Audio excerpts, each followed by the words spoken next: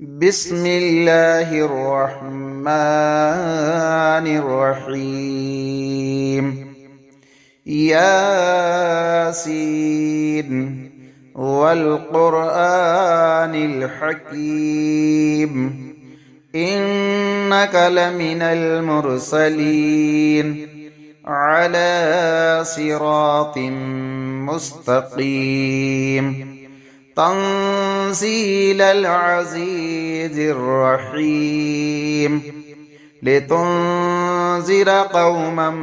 ما أنذر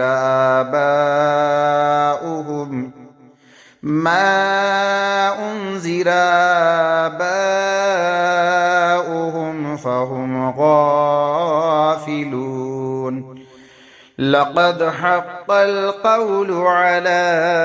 أكثرهم فهم لا يؤمنون إنا جعلنا في أعناقهم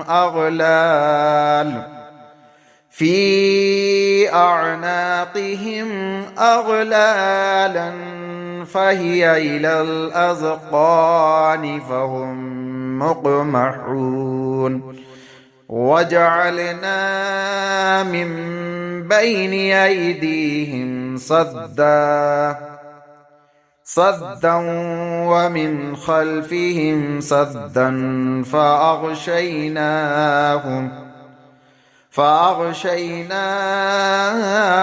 فهم لا يبصرون وسواء عليهم أنذرتهم أم لم تنذرهم لا يؤمنون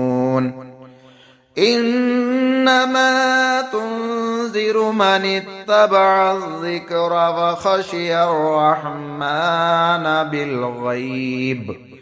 فبشره بمغفرة وأجر كريم إنا نحن نحيي الموتى ونكتب ما قدموا وآثارهم وكل شيء أحصيناه في إمام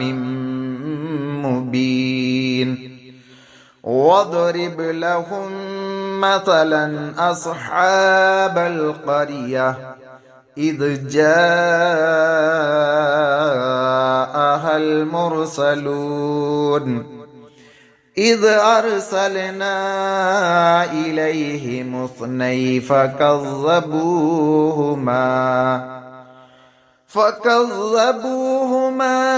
فعززنا بثالث فقالوا إنا إليكم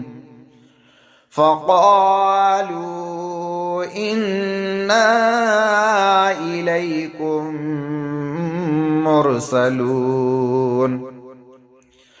قالوا ما أنتم إلا بشر مثلنا وما أنزل الرحمن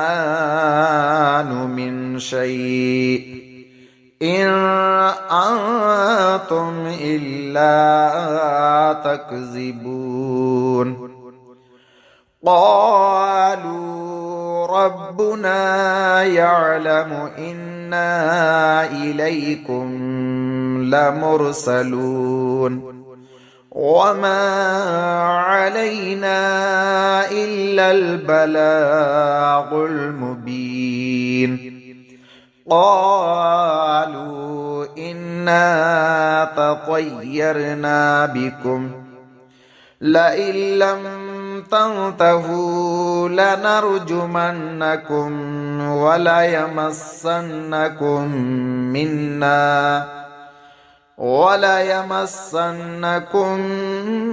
منا عذاب أليم قالوا طائركم معكم أئن ذكرتم بل أنتم قوم مسرفون وجاء من أقصى المدينة رجل يسعى قال يا قوم اتبعوا المرسلين اتبعوا من لا يسألكم أجرا وهم مهتدون وما لي لا أعبد الذي فطرني وإليه ترجعون أتخذ من دونه آلهة إن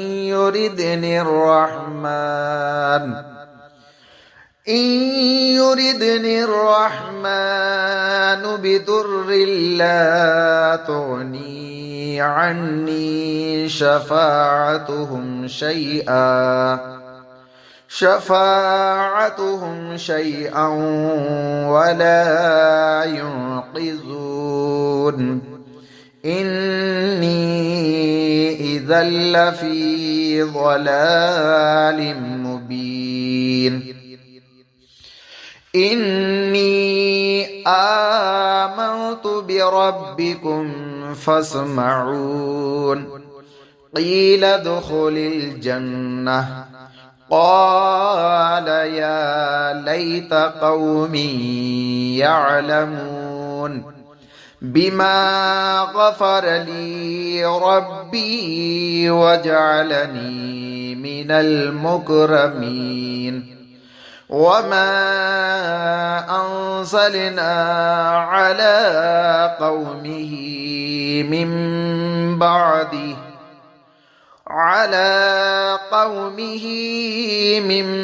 بعده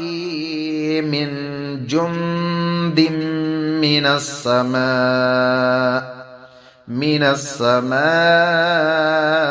وما كنا منزلين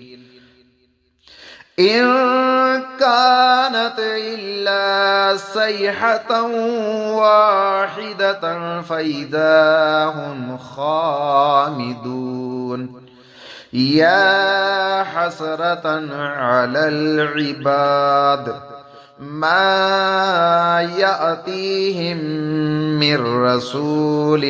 إلا كانوا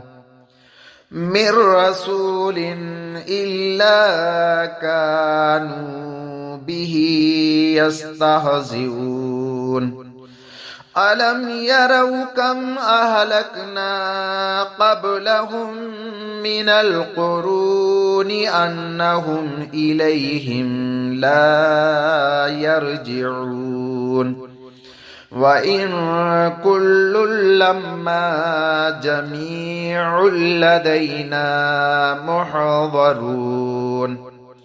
وآية لهم الأرض الميتة وأحييناها وأخرجنا منها حبا فمنه يأكلون وجعلنا فيها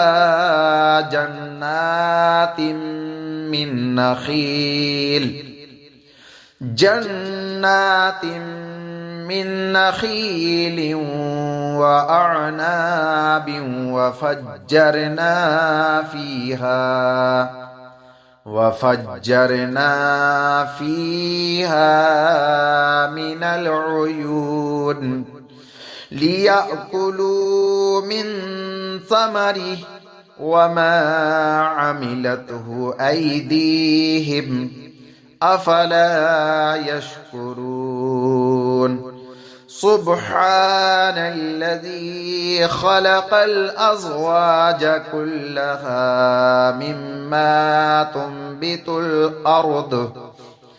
مما تنبت الأرض ومن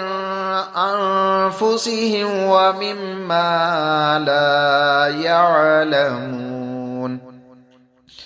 وآية لهم الليل نسلخ منه النهار فإذا هم مظلمون والشمس تجري لمستقر لها ذلك تقدير العزيز العليم والقمر قدرناه منازل حتى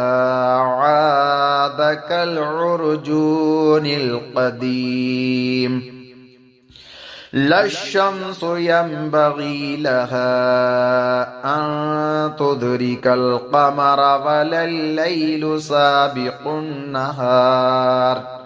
وكل في فلك يسبحون وآية لهم أنا حملنا ذريتهم في الفلك المشحون وخلقنا لهم من مثله ما يركبون وإن نشأ نغرقهم فلا صريخ لهم ولا هم ينقذون إلا رحمة منا ومتاعا إلى حين وإذا قيل لهم اتقوا ما بين أيديكم وما خلفكم لعلكم ترحمون وما تأتيهم من آية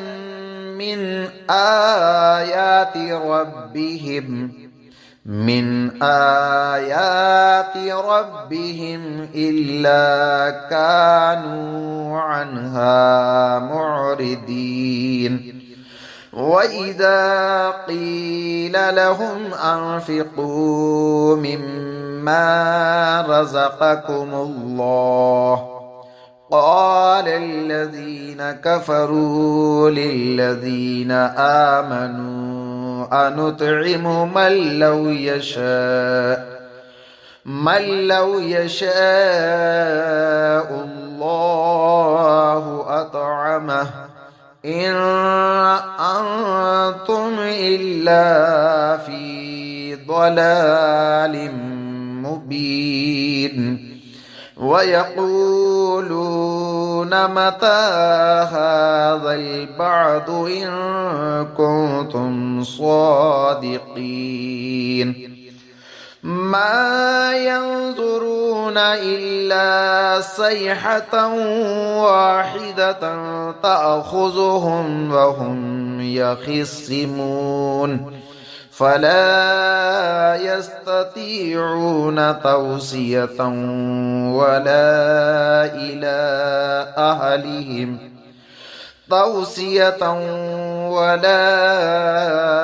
إلى أهلهم يرجعون ونفخ في الصور فإذا هم من الأجداث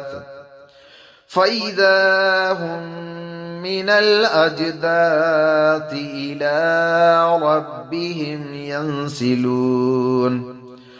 قالوا يا ويلنا من بعثنا من مرقدنا هذا ما وعد الرحمن وصدق المرسلون إن كانت إلا صيحة واحدة فإذا هم جميع لدينا محضرون فاليوم لا تظلم نفس شيئا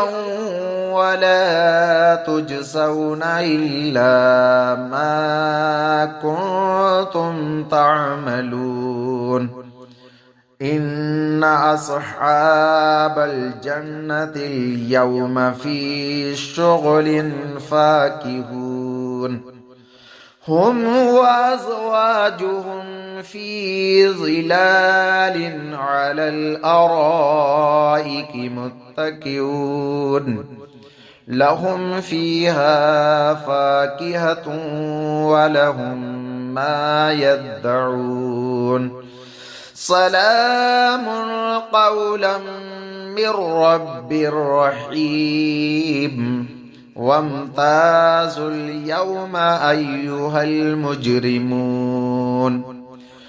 ألم أعهد إليكم يا بني آدم ألا تعبدوا الشيطان إنه لكم عدو مبين وأن اعبدوني هذا صراط مستقيم ولقد أضل منكم جبلا كثيرا أفلم تكونوا تعقلون هذه جهنم التي كنتم توعدون اصلوها اليوم بما كنتم تكفرون اليوم نختم على أفواههم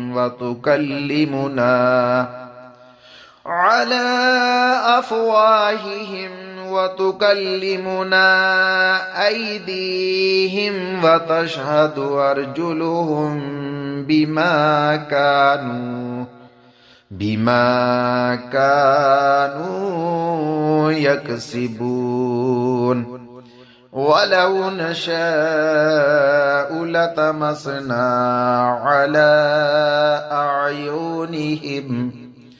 على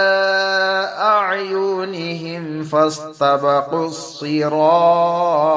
فأنى يبصرون ولو نشاء لمسخناهم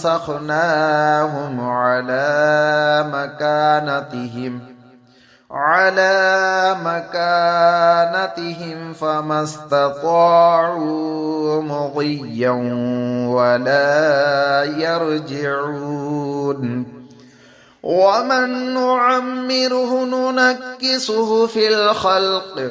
أفلا يعقلون وما علمناه الشعر وما ينبغي له إن هو إلا ذكر وقرآن مبين لينذر من كان حيا ويحق القول على الكافرين أولم يروا أنا خلقنا لهم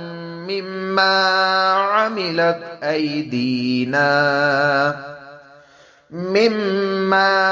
عملت أيدينا أنعاما فهم لها مالكون وظللناها لهم فمنها ركوبهم ومنها يأكلون ولهم فيها منافع ومشارب أفلا يشكرون واتخذوا من دون الله آلهة لعلهم ينصرون لا يستطيعون نصرهم وهم لهم جند محضرون فلا يحزنك قولهم إنا نعلم ما يسرون وما يعلنون أولم ير الإنسان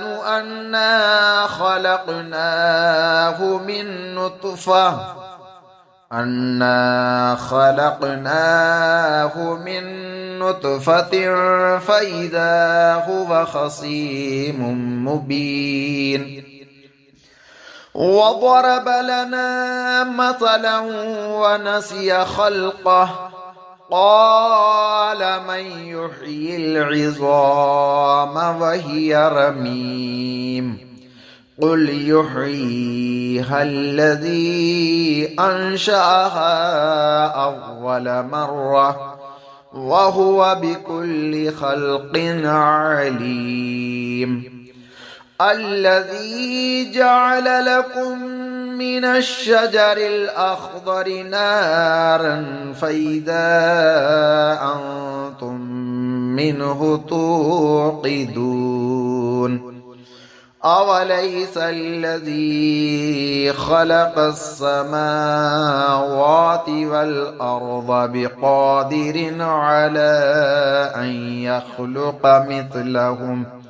بلى وهو الخلاق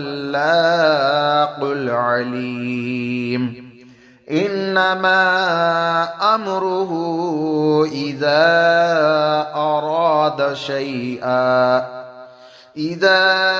أراد شيئا أن يقول له كن فيكون فسبحان الذي بيده ملكوت كل شيء وإليه ترجعون صدق الله العظيم. أعوذ بالله من الشيطان الرجيم. بسم الله الرحمن الرحيم. يا أيها المزمل قم الليل إلا قليلا نصفه أو انقص منه قليلا أو زد عليه ورتل القرآن ترتيلا إنا سنلقي عليك قولا ثقيلا إن ناشئة الليل هي أشد وطئا وأقوم قيلا إن لك في النهار سبحا طويلا واذكر اسم ربك وتبتل إليه تبتيلا رب المشرق والمغرب لا إله إلا هو فاتخذه وكيلا واصبر على ما يقولون وهجرهم هجرا جميلا وذرني والمكذبين أولي النعمة ومهلهم قليلا إنا لدينا أنكالا وجحيما وطعاما ذا غصة وعذابا عذابا أليما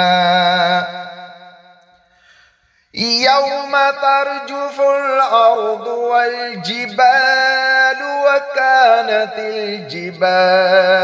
كثيبا مهيلا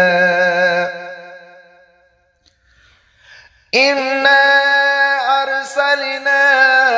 إليكم رسولا شاهدا عليكم كما أرسلنا إلى فرعون رسولا فعصى فرعون الرسول فأخذناه أخذا وبيلا فكيف تتقون إن كفرتم يوما يجعل الولدان شيبان السماء منفطر به كان وعده مفعولا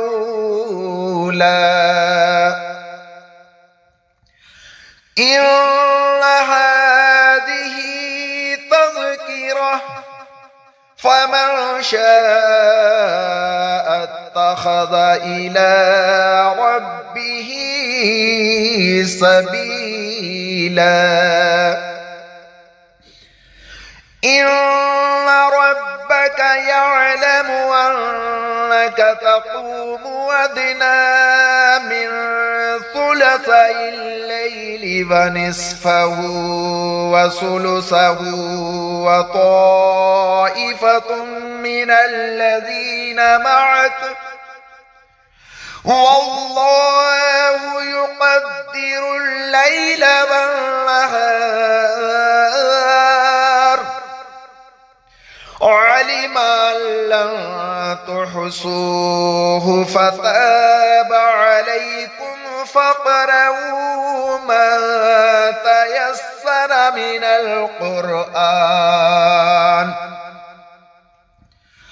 علم أن سيكون منكم مرضى وآخرون يضربون في الأرض يبتغون من فضل الله وآخرون يقاتلون في سبيل الله فاقرؤوا ما تيسر منه وأقيموا الصلاة وآتوا الزكاة وأقرضوا الله قرضا حسنا وما تقدموا لأنفسكم من خير تجدوه عند الله هو خيرا وأعظم أجرا واستغفروا الله إن الله كان غفور رحيم.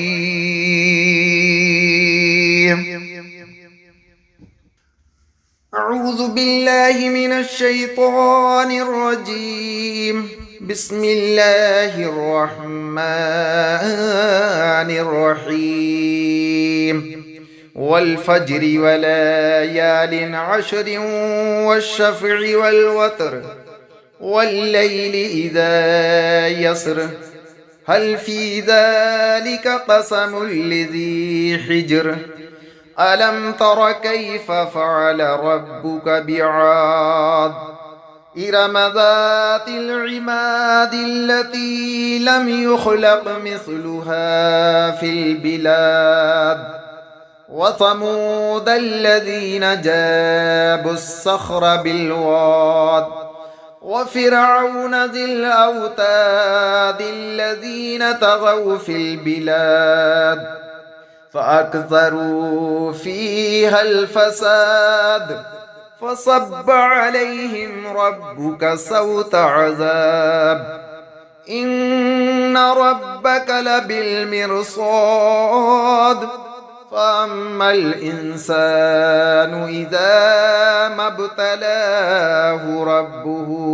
فأكرمه ونعمه فيقول ربي أكرمن وأما إذا ما ابتلاه فقدر عليه رزقه فيقول ربي أهانن كلا بل لا تكرمون اليتيم ولا تحاضون على طعام المسكين وتأكلون التراث أكلا لما وتحبون المال حبا جما كلا إذا دكت الأرض دكا دكا وجاء ربك والملك صفا صفا وجيء يومئذ بجهنم يومئذ يتذكر الإنسان وأنى له الذكرى يقول يا ليتني قدمت لحياتي فيومئذ لا يعذب عذابه أحد ولا يوثق وثاقه أحد يا أيتها النفس المطمئنة ارجعي إلى ربك راضية مرضية